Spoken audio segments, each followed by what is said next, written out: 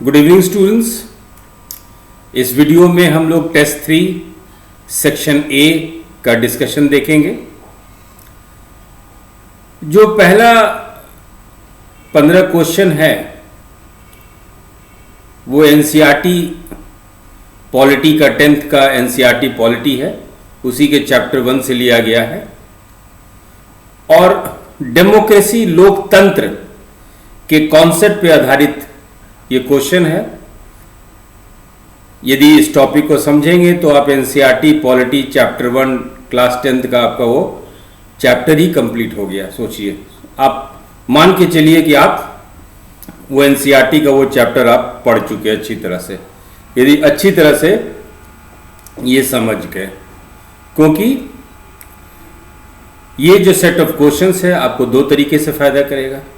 एक तो कॉन्सेप्ट बनाने में फायदा करेगा और दूसरा इस पे आधारित जो भी क्वेश्चन है आप आराम से बना पाएंगे। तो लोकतंत्र के कॉन्सेप्ट पे, अवधारणा पे, डेमोक्रेसी के कॉन्सेप्ट पे यह आपका टेस्ट आधारित है। तो चलिए क्वेश्चन नंबर 1 हम लोग देखते हैं।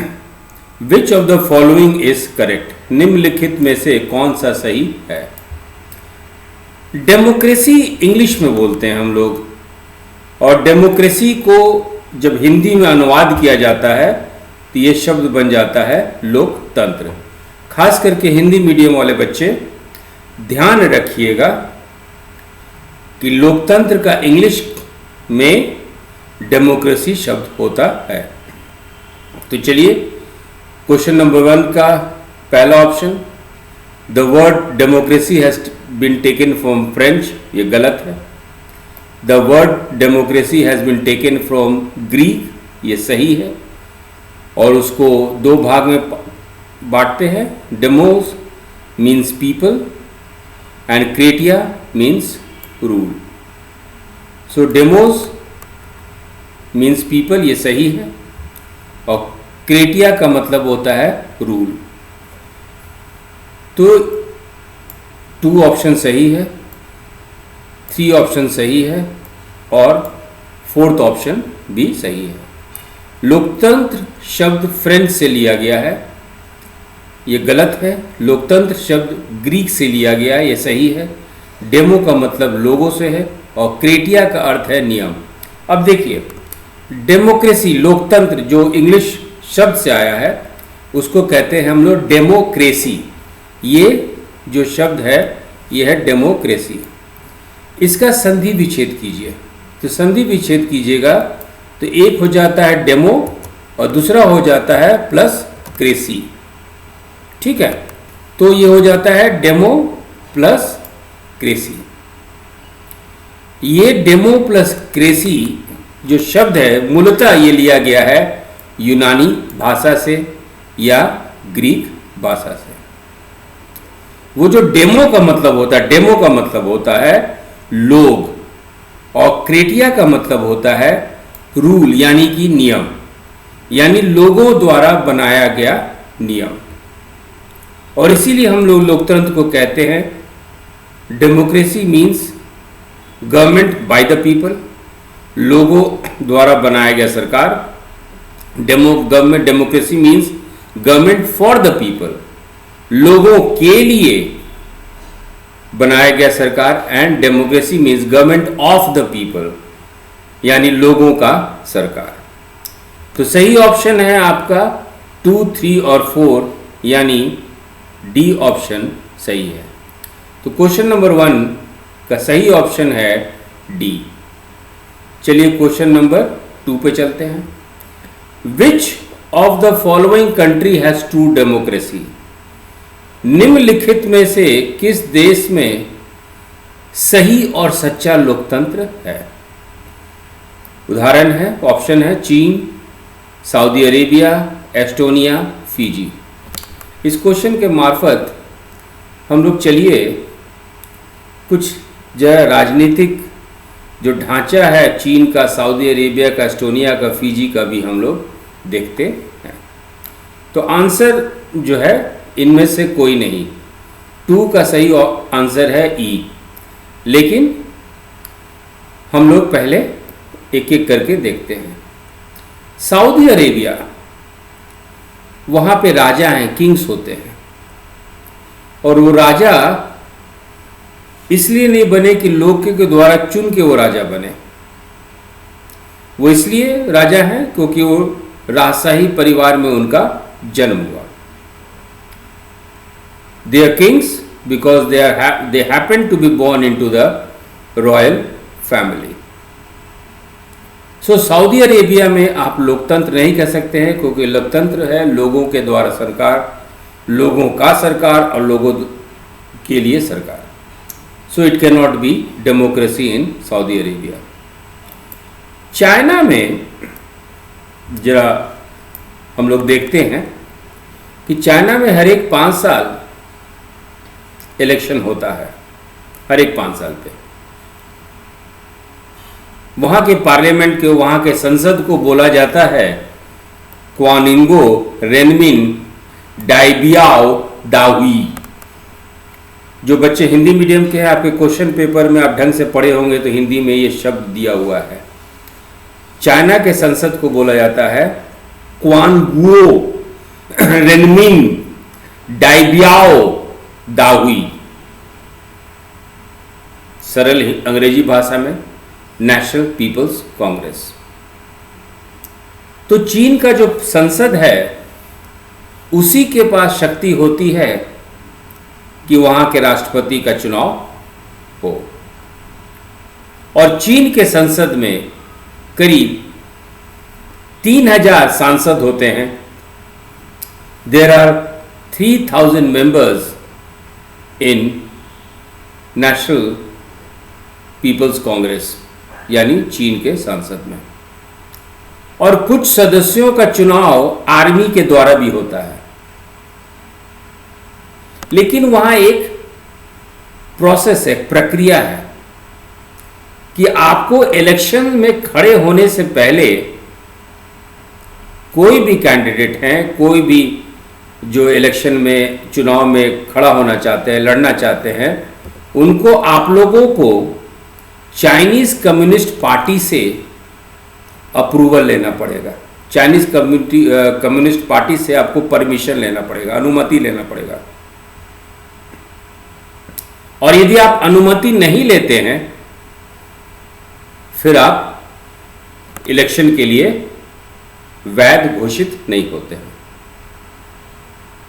तो यदि चाइनीज कम्युनिटी पार्टी से हर एक सदस्य को, हर एक प्रत्याशी को, हर एक कैंडिडेट को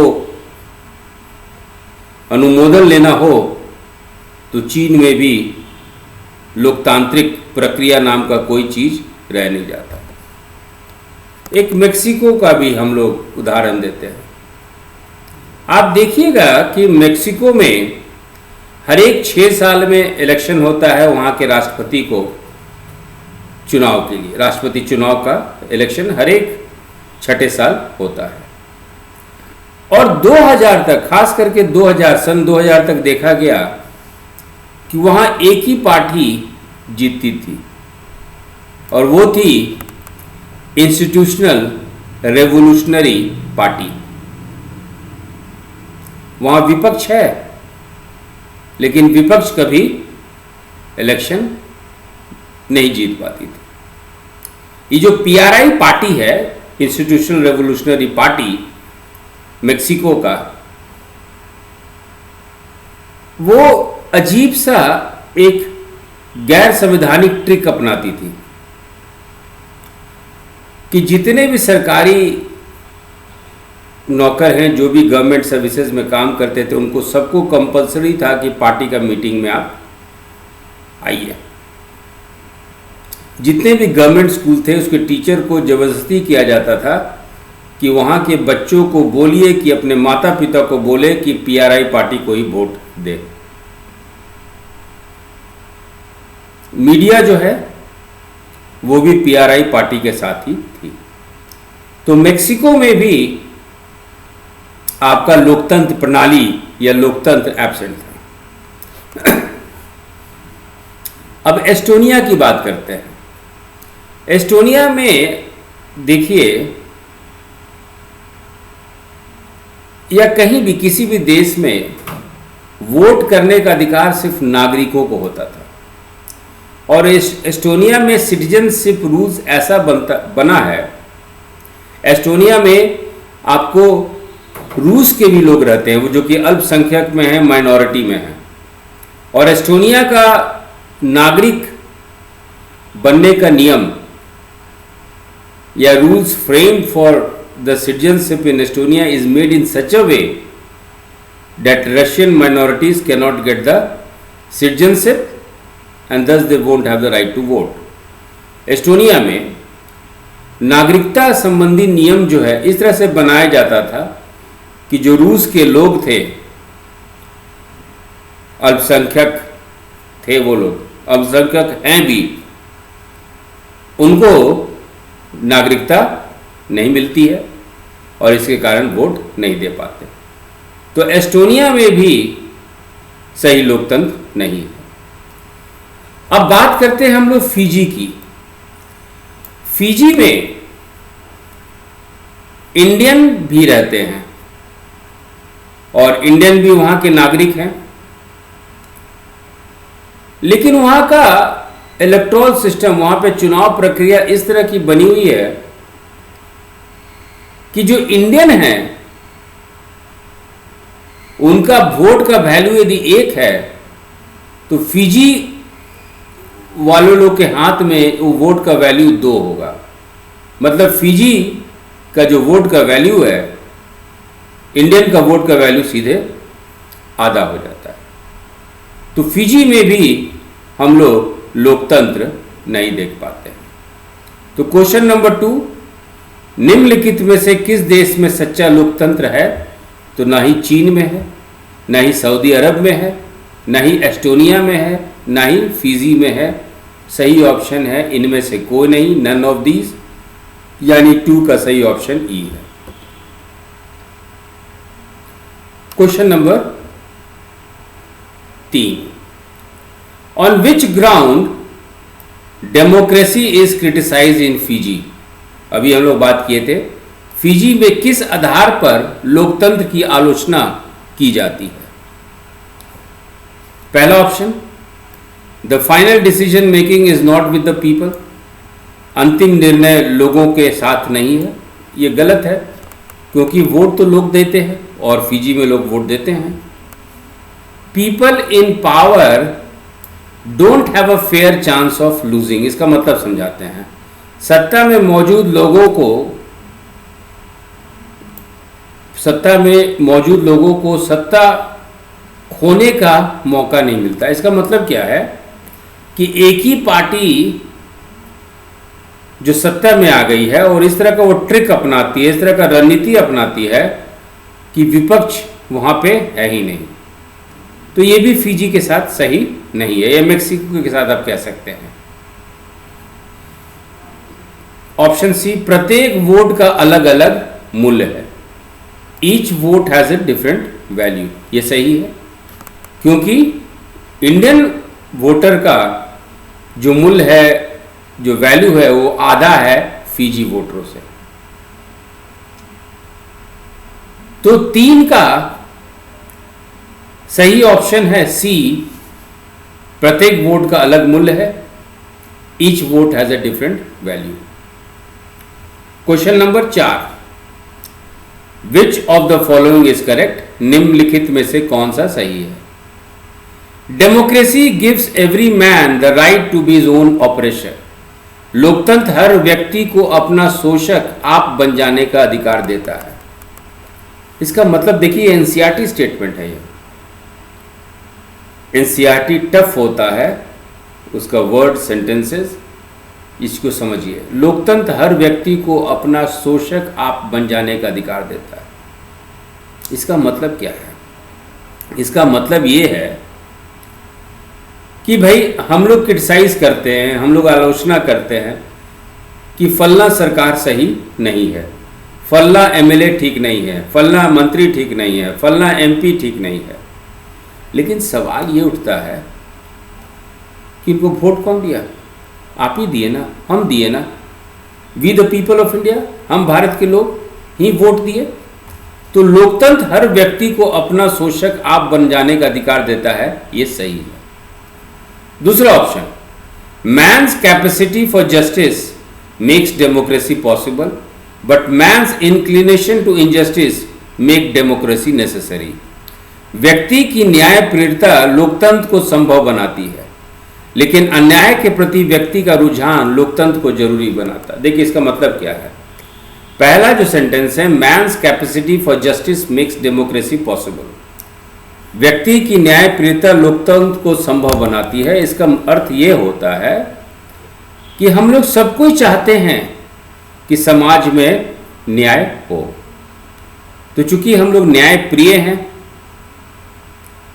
है ना, we want justice to be done, इसीलिए लोकतंत्र संभव है। लेकिन ये बात ध्यान रखिएगा कि यदि आपके हाथों में शक्ति दे दिया जाए तो हो सकता है आप में तानाशाह का प्रवृत्ति आ जाए। तो कोई तानाशाह आएगा जैसे कि नॉर्थ कोरिया में, तो अन्याय करेगा, इनजस्टिस करेगा। हम लोग न्यायप्रिय लोग हैं, इसलिए लोकतंत्र जरूरी है, लोकतंत्र संभव है। लेकिन हमारे बीच में ही कुछ लोग निकल आते हैं जो कि तानाशाह प्रवृत्ति के होते हैं, डिक्टेटर प्रवृत्ति के होते हैं, अन्याय करते हैं। तो यदि किसी व्यक्ति का अन्याय के प्रति यदि रुझान है, लोकतंत्र बहुत जरूरी हो जाता है। तो ये सेकेंड ऑप्शन का अर्थ है और ये भी सही है। All the ills of democracy can be cured by more democracy. तीसरा ऑप्शन, लोकतंत्र की सारी बुराइयों को हम लोग और अधिक लोकतंत्र प्रक्रिया से ही सुलझा सकते हैं। कि भाई ठीक है, यदि लोकतंत्र में इस प्रणाली में कुछ दिक्कत है, यदि बैलेट बॉक्स आप चाहते हैं कि मैनुअल हो, फिजिकल हो, वीवीपैट का इस्तेमाल ना हो, तो बातचीत के आधार पर इसको सुलझाया जा सकता है। यदि लोकतंत्र में खामी है तो लोकतांत्रिक प्रक्रिया से ही उसको दूर किया जा सकता है, ना कि तानाशाही प्रक्रिया से।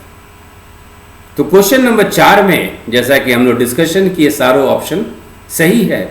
तो क्वेश्चन नंबर 4 का सही ऑप्शन है डी, यानी 1, 2 और 3। चलिए question number 5। Democracy is a form of government in which the rulers are elected by the people. What does this statement instructs? लोकतंत्र शासन का एक रूप है जिसमें जनता शासकों का चुनाव करती है। कथन क्या निर्देश देता है? It decides about the nature of rulers and decisions taken by them. ये शासकों की प्रकृति और उनके द्वारा लिए गए निर्णयों के बारे में निर्णय देता है। ये ऑप्शन सही है। कहने का मतलब है कि हमारे भारत में यूपीए गवर्नमेंट भी रही, एनडीए गवर्नमेंट भी है, तृणमूल कांग्रेस भी है, समाजवादी पार्टी भी है, कांग्रेस पार्टी भी है, बीजेपी भी है, एनडीए भी है, सब पार्टी है। और हम लोग को मालूम है कि ये पार्टी पावर में आएगी तो क्या करेगी। तो उसके स्वरूप को हम लोग अच्छी तरह जानते हैं। तो जनता अपने शासकों को चुनती है, चुनाव करती है, और जनता ये जानती है कि कौन से शासक को चुनने पे क्या प्रवृत्ति या प्रकृति में बदलाव आएगा। तो ए ऑप्शन सही है। The specific nature of election, चुनाव की विशिष्ट प्रक्रिया, ये जो है नहीं निकलता इसका अर्थ। See, the people who can elect the rulers to get elected as rulers, कौन लोग शासकों का चुनाव कर सकते हैं या खुद चुने जा सकते हैं। भाई लोकतंत्र का मतलब ही है कि शासक को जनता ही बनाएगी, ये सही है। लेकिन लोकतंत्र शासन का एक रूप है जिसमें जनता शासकों को चुनाव करती है, इससे यह बात नहीं निकलता है। द फॉर्म ऑफ गवर्नमेंट, सरकार के किस स्वरूप को लोकतांत्रिक कहेंगे। भाई संविधान में दिया हुआ है लोकतांत्रिक सरकार का गठन होगा, तो सब संविधान के अनुसार ही होगा। अब देखिए सारा ऑप्शन आपका मिलता जुलता है, यही एनसीईआरटी का क्रक्स है। लेकिन क्वेश्चन ये है,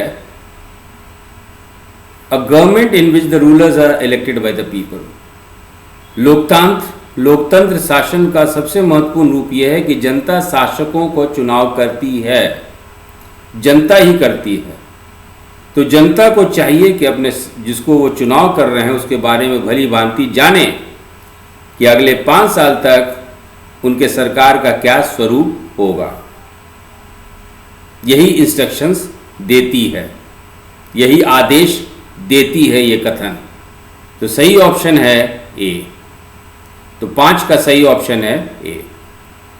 चलिए क्वेश्चन नंबर 6, निम्नलिखित को मिलाएं। पाकिस्तान में जो आपका मुख्य जो पावर है वो है नेशनल सिक्योरिटी काउंसिल। ये परवेज़ मुशर्रफ के द्वारा बनाया गया था। बस परवेज़ मुशर्रफ जब अपने शक्ति को हाईजैक किए थे, मिलिट्री कूप किए थे, तो बताए थे कि सरकार का चुनाव इलेक्शन से होगा, सरकार बनेगी, सरकार अपना काम भी करेगी, लेकिन सरकार किसके कंट्रोल में रहेगी? लोगों के कंट्रोल में नहीं रहेगी, जैसे कि भारत में है। परवेज़ मुशर्रफ एक संस्था बनाए थे, एक बॉडी बनाए थे, जिसका नाम था नेशनल सिक्योरिटी काउंसिल, राष्ट्रीय सुरक्षा परिषद। जैसे आपकी सरकार लोकसभा में एमपी, लोकसभा के लिए वो जवाबदेही है, क्योंकि लोकसभा में वो सांसद जो हैं लोगों द्वारा चुने गए हैं। तो भारत में सरकार जो है लोगों के प्रति उनकी जवाबदेही है। बहुत इंपॉर्टेंट पॉइंट है, याद रखिएगा। लेकिन पाकिस्तान की जो सरकार है वो नेशनल सिक्योरिटी काउंसिल की तरफ जवाबदेही है उनका, राष्ट्रीय सुरक्षा परिषद की तरफ जवाबदेही है उनका। और ये राष्ट्रीय सुरक्षा परिषद में सिर्फ आर्मी ऑफिसर्स हैं। इसीलिए पाकिस्तान का स्वरूप आप देख रहे हैं कैसा है। चीन में जैसा कि हम लोग बात किए थे, वहां के संसद को हम लोग क्वांगुओ, रश्मि, दाई, व्याओ, दाहुई कहते हैं। ये हम लोग पहले डिस्कस किए थे। तो ए का सही ऑप्शन है 3, बी का सही ऑप्शन है 1, और मेक्सिको में जैसा कि हम लोग बात किए थे वहां पे आपका पीआरआई पार्टी है, इंस्टीट्यूशनल रेवोल्यूशनरी पार्टी, इंग्लिश में और हिंदी में। तो 6 का सही ऑप्शन है ए। चलिए question number 7, what is meant by political equality. आप देखिए अनुच्छेद 14 में भी, आप जब पॉलिटी में हम लोग टेस्ट डिस्कस करेंगे, अनुच्छेद 14 में समता की बात की जाती है। आपके जो प्रियम्बल है, संविधान का जो कॉन्स्टिट्यूशन का जो प्रियम्बल है, संविधान का जो उद्देशिका है, उसमें राजनीतिक समता की बात की जाती है, राजनीतिक न्याय की बात की जाती है, सामाजिक और आर्थिक न्याय की बात की जाती है। और यही से कॉन्सेप्ट निकला है राजनीतिक समानता। What is meant by political equality, राजनीतिक समानता से क्या अभिप्राय है। In a democracy, question option number A, in a democracy final decision making power must rest with those elected by the people. लोकतंत्र में अंतिम निर्णय लेने की शक्ति लोगों द्वारा चुने हुए प्रतिनिधियों के पास ही होनी चाहिए। देखिए हम भारत के लोग, we the people of India ही सरकार को बनाते हैं, और हमारे चुने हुए प्रतिनिधि संसद में जाके, लोकसभा में जाके बैठते हैं, और यही लोग निर्णय लेते हैं। निर्णय इसलिए लेते हैं क्योंकि आम जनता, हम भारत के लोग, we the people of India, इनको चयनित करके, चुनाव करके, इलेक्ट करके लोकसभा में भेजते हैं। तो ये लाइन ऑप्शन सही है। लेकिन क्वेश्चन ये है कि राजनीतिक समानता से मतलब क्या है। A democracy must be based on a free and fair election where those currently in power have a fair chance of losing. लोकतंत्र निष्पक्ष और स्वतंत्र चुनाव पर आधारित होना चाहिए ताकि सत्ता में बैठे लोगों के लिए भी जीत हार के समान अवसर हो। एक महत्वपूर्ण विपक्ष का अपना एक रोल होता है। लोकतांत्रिक देश तभी सही है जब वहां पे विपक्ष हो। Without opposition it is not a democratic form of government. और सत्ता में जो बैठी हुई है या सरकार में जो लोग मौजूद लोग हैं उनको सही रूप से काम करना चाहिए, ताकि यदि सही रूप से ना काम करे तो उनको इस बात का डर सताना चाहिए कि अगली बार इलेक्शन में हम हार जाएंगे। लेकिन क्या इससे ये सही चीज है?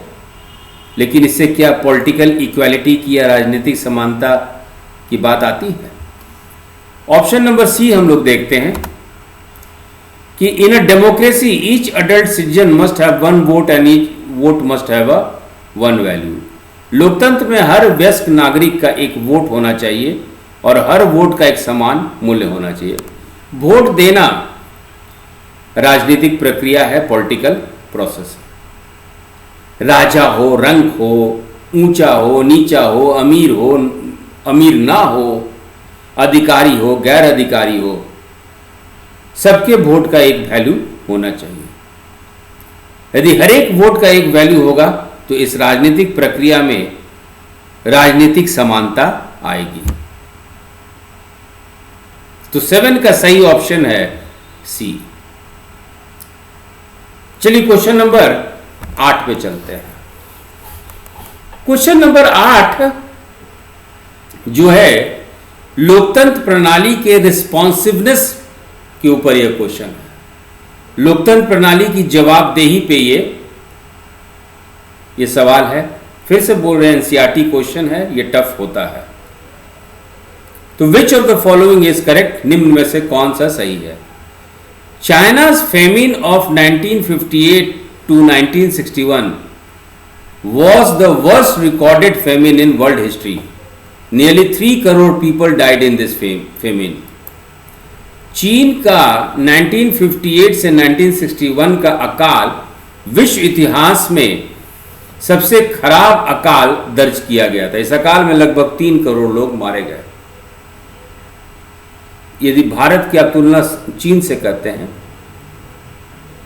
तो ये हम लोग जानते हैं कि भारत के संसाधन के तुलना में चीन बहुत ज्यादा समृद्ध है। लेकिन जिस तरह से चीन में अकाल आया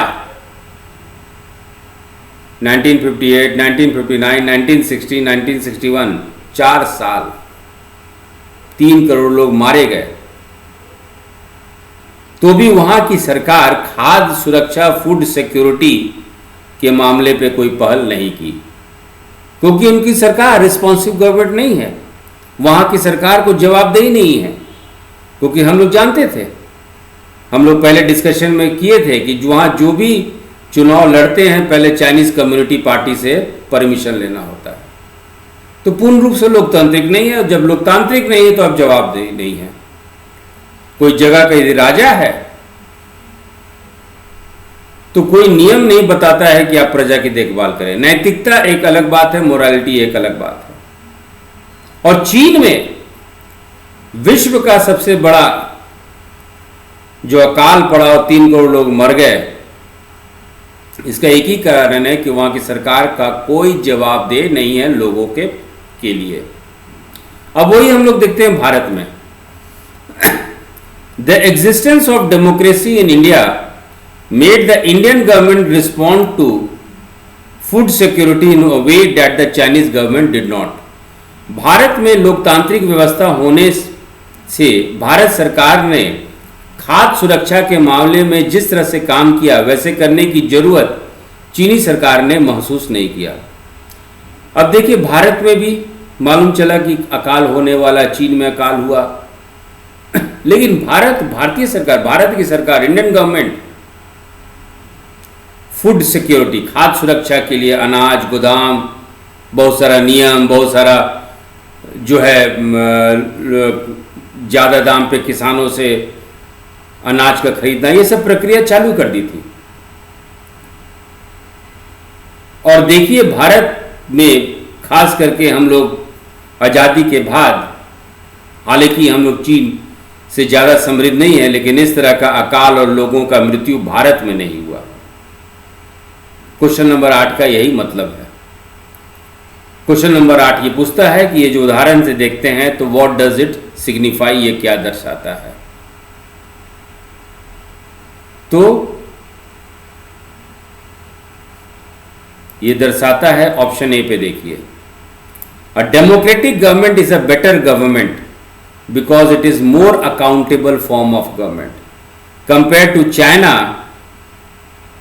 where there is no democracy. In India we have democracy and the Indian government is accountable, responsible. You have to be made responsible for whatever you are doing. And if there is a famine in a country, the government is responsible. लोकतांत्रिक शासन पद्धति दूसरे से बेहतर है क्योंकि यह शासन का अधिक जवाबदेही वाला स्वरूप है। लोकतांत्रिक प्रणाली से सरकार बनेगी तो सरकार का जवाबदेही है कि आप जो भी करनी करते हैं उसको आप जनता के सामने आपको बताना होगा, सही है कि गलत। और चूंकि भारत सरकार जवाबदेही सरकार थी, इसलिए यहां पे आप उस लेवल पे अकाल नहीं देखते हैं। तो ऑब्वियसली लोकतांत्रिक शासन, democratic government is a better government. तो क्वेश्चन नंबर 8 का सही ऑप्शन है option A. Question number 9, which of the following is correct in its nearness to the term political equality. निम्नलिखित में से कौन सा संदर्भ राजनीतिक समानता से निकट है। अब देखिए इस क्वेश्चन को दूसरे तरीके से समझिए। हम लोग समान कैसे रहेंगे? जब हम लोग का आर्थिक सामाजिक पृष्ठभूमि एक हो तभी समान होंगे। तो क्वेश्चन है पॉलिटिकल इक्वालिटी, राजनीतिक समानता। तो चूंकि हर एक वयस्क को, हर एक अडल्ट को इंडिया में एक वोट मिलता है और उस वोट का जो मोल है, जो इसका वैल्यू है, वो एक है। चाहे प्रधानमंत्री का वोट हो, चाहे राष्ट्रपति का वोट हो, चाहे मुख्यमंत्री का वोट हो, कोई आम जनता का वोट हो, या क्रिकेट प्लेयर का हो, या फिल्म स्टार का हो, सबका वोट का वैल्यू एक ही है।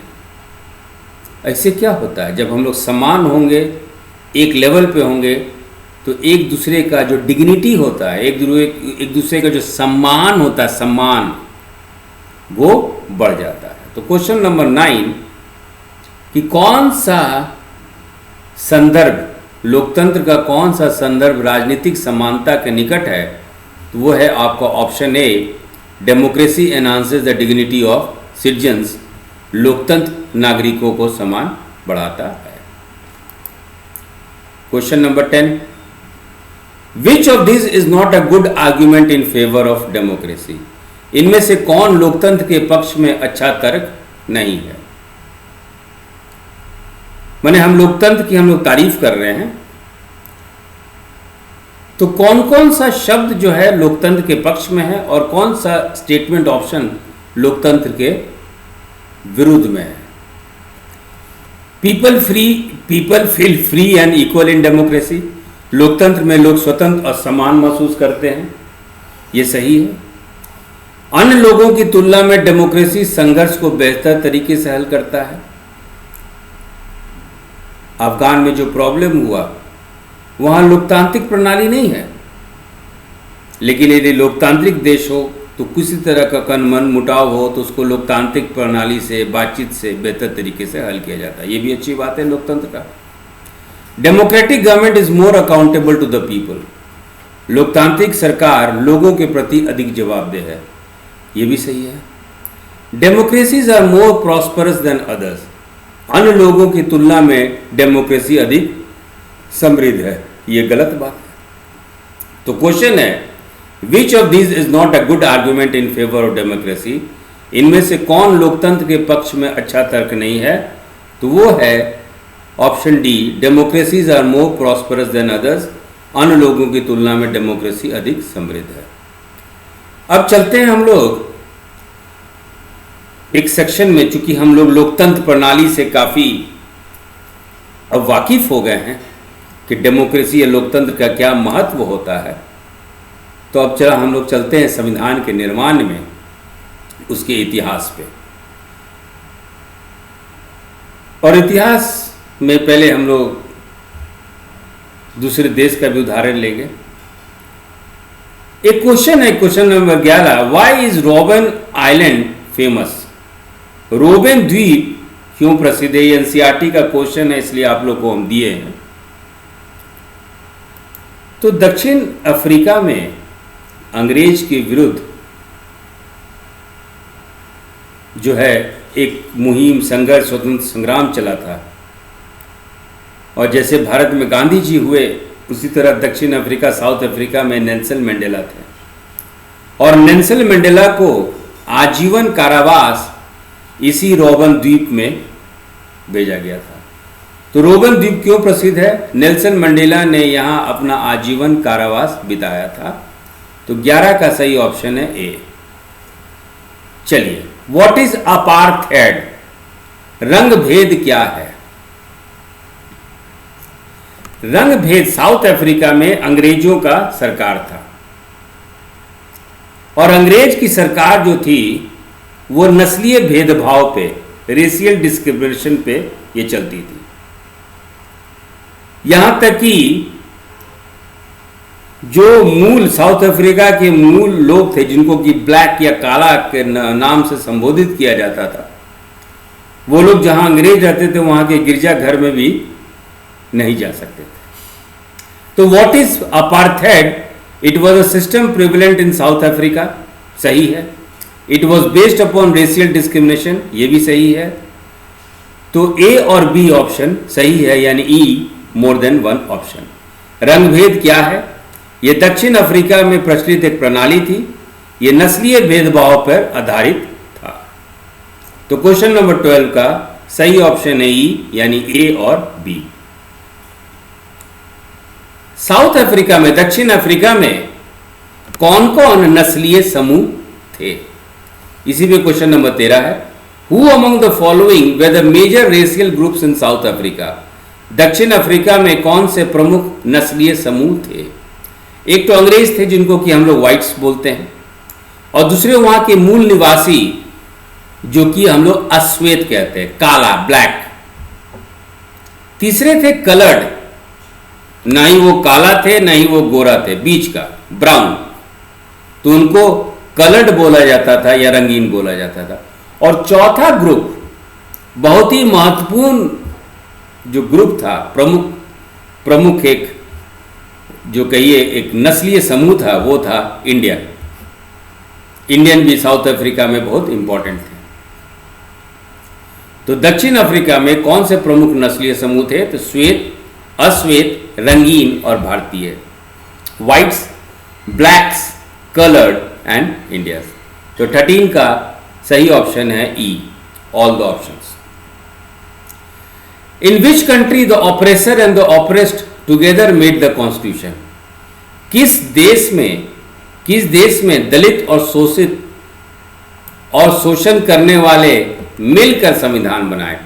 देखिए, अंग्रेज जब दक्षिण अफ्रीका छोड़ रहे थे, वहाँ के स्वशासन, वहाँ के लोगों को, स्थानीय लोगों को सत्ता सौंप रहे थे, तो बहुत सारे अंग्रेजों का वहाँ प्रॉपर्टी था, धन था, संपत्ति था, वो लोग दक्षिण अफ्रीका में ही रहना चाहते थे। लेकिन अंग्रेज तो शोषित किए थे, वो लोग शोषण किए थे, they exploited the native people. Nelson Mandela बोले कि हम लोग पुरानी चीज को भूल जाते हैं, शोषण करने वाले को भी अपना भाई समझते हैं, और एक साथ बैठ के हम लोग संविधान बनाएंगे।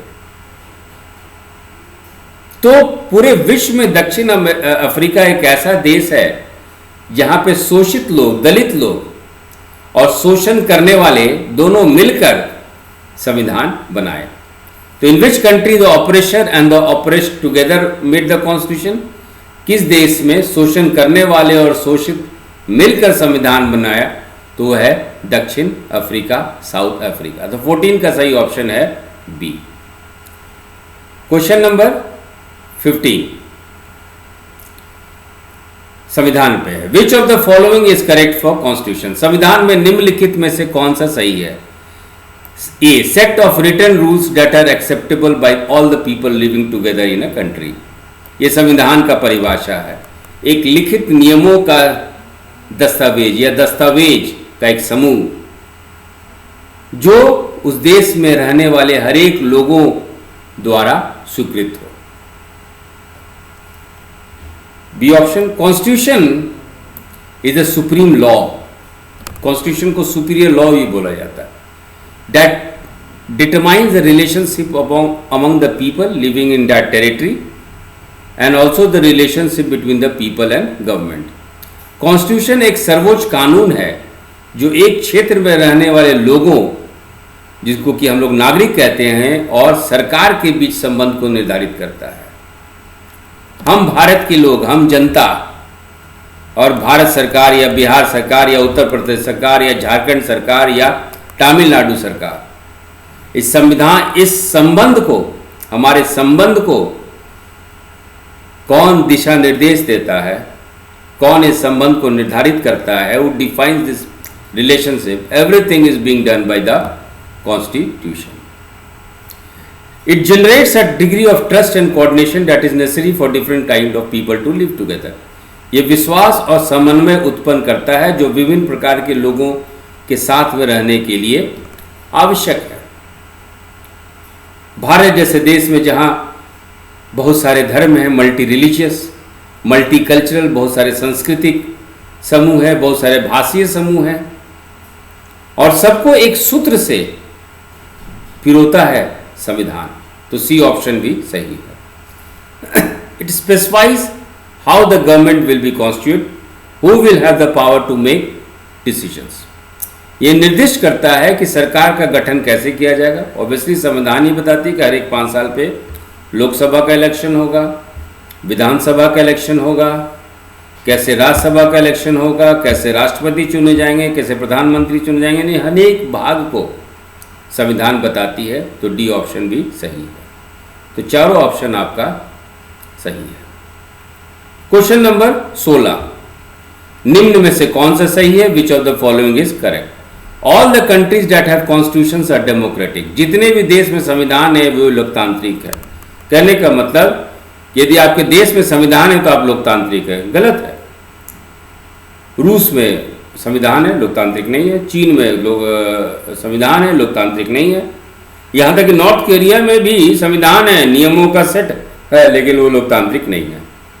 लेकिन option number 2, all democratic countries have constitution. सभी लोकतांत्रिक देशों में संविधान है। जो भी लोकतांत्रिक देश है वहाँ संविधान होना जरूरी है। चाहे ब्रिटेन देख लीजिए, चाहे अमेरिका देख लीजिए, चाहे भारत देख लीजिए, चाहे जापान देख लीजिए। तो सही ऑप्शन है डी। एक गलत है और दूसरा सही है। चलिए question number 17। Question number 17, who raised the demand for a constituent assembly for the first time? M N. Roy, C Raja Gopalachari, Bal Gangadhar तिलक, गोपाल कृष्ण गोखले, या ई ऑप्शन? संविधान सभा की मांग पहली बार किसने उठाई? एम.एन. रॉय, सी राजा गोपालाचारी, बाल गंगाधर तिलक, या गोपाल कृष्ण गोखले? देखिए बच्चों, ये क्वेश्चन बड़ा इंपॉर्टेंट है। इस क्वेश्चन को 3 रूप में पूछा जा सकता है, जो कि आपके क्वेश्चन आगे है। पहला बात कि संविधान सभा की मांग सबसे पहले किसने उठाई? दूसरा कि Congress, Indian national Congress, INC, भारतीय राष्ट्रीय कांग्रेस, जो है भारत के स्वतंत्र संग्राम में एक मुख्य पार्टी के रूप में उभरी थी। बाद में आपके ऑल इंडिया मुस्लिम लीग भी आई। तो एक आधिकारिक रूप से संविधान सभा का मांग पहली बार किसने उठाया? और तीसरा क्वेश्चन ये बनता है कि किसके संविधान सभा की मांग पर ब्रिटिश सरकार तैयार हो गई।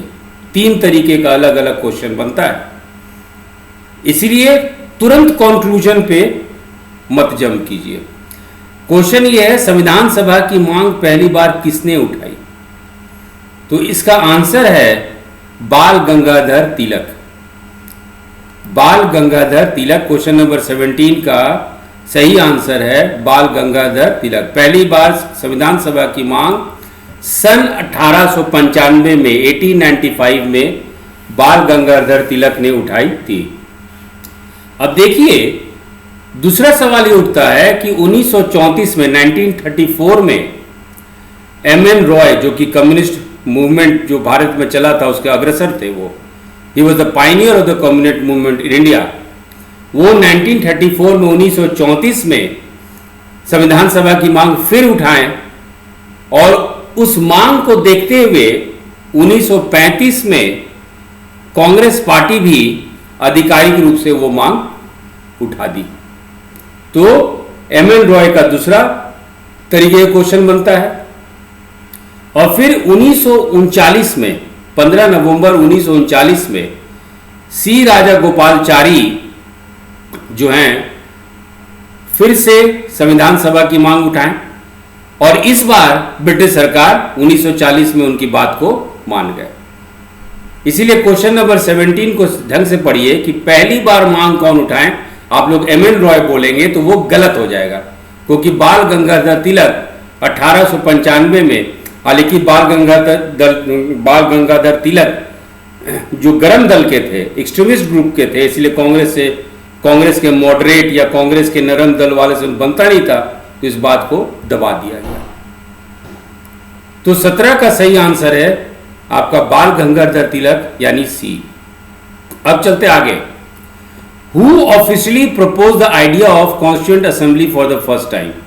अब उसी क्वेश्चन को दूसरे तरीके से, संविधान सभा के विचार को पहली बार आधिकारिक तौर पर किसने प्रस्तावित किया, तो आधिकारिक तौर पे एमएन रॉय 1934 में प्रस्तावित किए और 1935 में कांग्रेस उसको अपना ली। तो 18 का सही ऑप्शन है ए एमएन रॉय।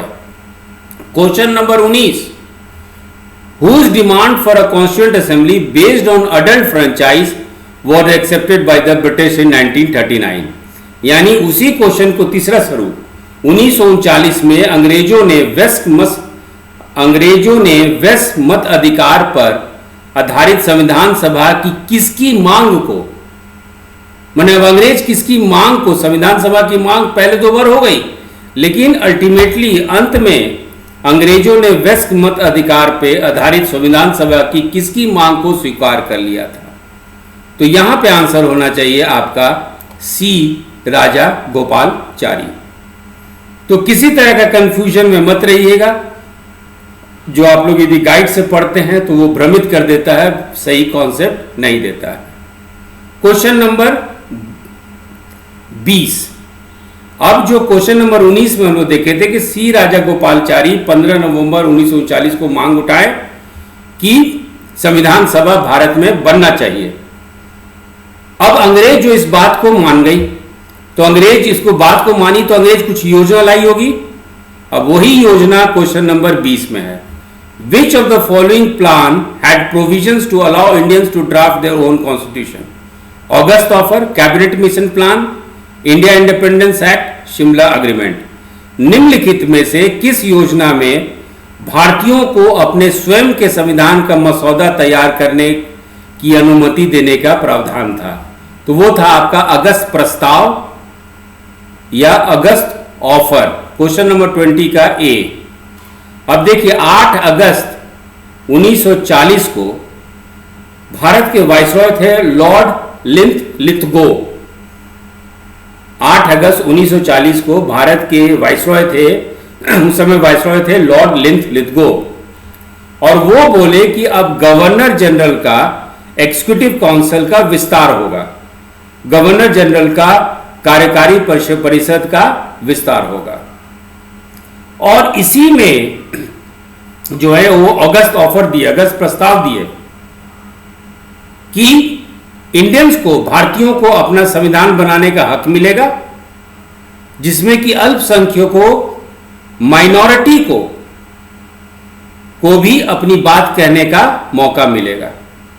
तो अगस्त ऑफर में वाइसरॉय लॉर्ड लिंथलिथगो साफ साफ कह दिए कि भारतीय अपना संविधान बना सकते हैं।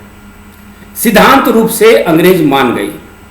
अब इसको पेपर पे कैसे उतारा गया, उसको कार्यान्वित कैसे किया गया, हाउ इट वाज इंप्लीमेंटेड। तो कैबिनेट मिशन प्लान, जो 1946 का कैबिनेट मिशन प्लान था, कैबिनेट मिशन प्लान में अगस्त ऑफर के तहत, जो अगस्त ऑफर में सिद्धांत बना था, उसी ऑफर के तहत कैबिनेट मिशन प्लान में, जो 1946 में हुआ था, 1946 में हुआ था, संविधान सभा के लिए, कॉन्स्टिट्यूएंट असेंबली के सदस्य के लिए इलेक्शन हुआ था। तो दो अलग अलग चीज है।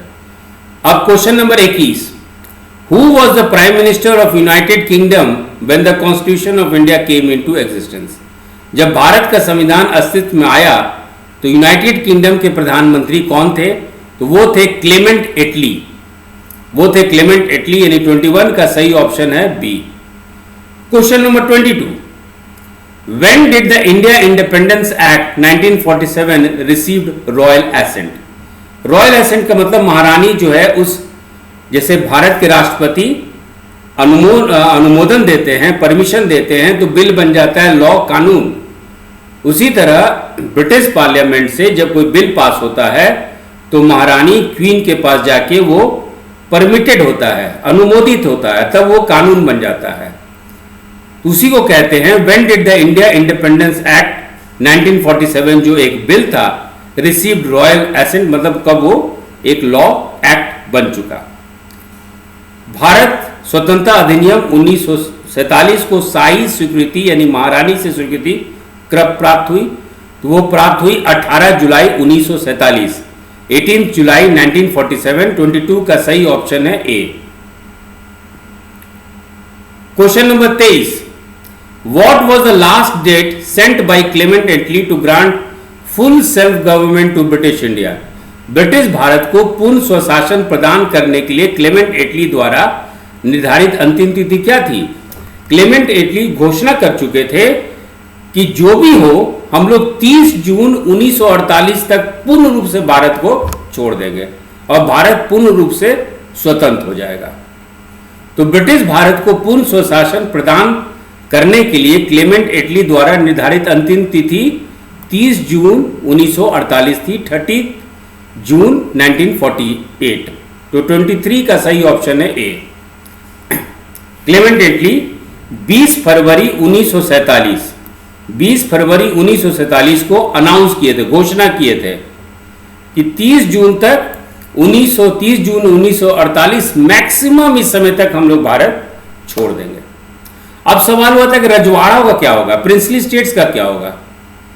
तब 20 फरवरी 1947 के अपने अनाउंसमेंट में क्लेमेंट एटली ये कहते कि रजवाड़ों का डिसीजन, प्रिंसली स्टेट का डिसीजन हम लोग बाद में लेंगे। तो उस समय प्रिंसली स्टेट्स या रजवाड़ों पे बात नहीं हुई थी। क्वेश्चन नंबर 24, क्वेश्चन नंबर 23 का सही ऑप्शन है आपका ए, 30 जून 1948। Question number 24, which plan accepted the principle of the partition of British India. British Bharat के विभाजन के सिद्धांत को किस योजना ने स्वीकार किया कि जो भारत है वो दो भाग में, पाकिस्तान और भारत में बट जाएगा। तो उसको कहते हैं हम लोग 3 जून का प्लान या 3 जून का योजना, और इसको माउंटबेटन प्लान भी कहा जाता है। तो माउंटबेटन प्लान या 3 जून का योजना या 3 जून प्लान सब एक ही है। तो 24 का सही ऑप्शन है ए, 24 का सही ऑप्शन है बी। ए और बी यानी सही ऑप्शन हो गया आपका ई, उपरोक्त में से एक से अधिक, more than one of the above. अब देखिए 3 जून की योजना, 3 जून की योजना को हम लोग माउंटबेटन योजना या माउंटबेटन प्लान भी कहते हैं। इसमें क्या था कि जो सिद्धांत था, सिद्धांत रूप से बात हो गई कि अब ब्रिटिश भारत को जो है बांट दिया जाएगा, एक भारत होगा और एक पाकिस्तान होगा, और दोनों देश अपना संविधान बना सकते हैं। रजवाड़ों का था कि आप स्वतंत्र भी रह सकते हैं या पाकिस्तान भी ज्वाइन कर सकते हैं या इंडिया भी ज्वाइन कर सकते हैं। तो रजवाड़ों के पास 3 ऑप्शन था। एक, वो लोग स्वतंत्र भी हो सकते हैं या भारत के साथ जा सकते हैं या पाकिस्तान के साथ जा सकते हैं। तो 3 जून में जो है भारत के विभाजन का सिद्धांत को डिक्लेयर कर दिया गया। अब जो है रजवाड़ों पे ये क्वेश्चन है, on which 2 major factors princely states were given the right to join इधर पाकिस्तान और India in the Mountbatten plan. Mountbatten योजना में किन 2 प्रमुख कारकों पर रियासतों को पाकिस्तान या भारत में शामिल होने का अधिकार दिया गया था? देखिए बहुत सिंपल है कि रजवाड़े स्वतंत्र हो सकते हैं या पाकिस्तान या भारत के साथ जा सकते हैं, लेकिन किस आधार पर? यदि आप पाकिस्तान पे जाएंगे या भारत में जाएंगे, भारत के साथ जाएंगे, तो किस आधार पे? पहला आधार था भौगोलिक निकटता, यानी जो पाकिस्तान का क्षेत्र बना है, सिंध, बलूचिस्तान, ये सब क्षेत्र, उसके साथ जो है वो जगह लगा रहना चाहिए, जिसको कि अंग्रेजी में ज्योग्राफिकल कॉन्टिग्यूटी बोलते हैं और हिंदी में भौगोलिक निकटता बोलते हैं। और दूसरा था पीपल्स विश, वहां के लोग क्या चाहते हैं। तो 2 प्रमुख कारण जिसके आधार पर रजवाड़े या तो भारत या पाकिस्तान के साथ जा सकते थे, वो था भौगोलिक निकटता और लोगों की इच्छाएं। तो इसी के साथ सेक्शन ए बच्चों कंप्लीट हो गया है। नेक्स्ट वीडियो में हम लोग बिहार स्पेशल पे बात करेंगे। Thank you.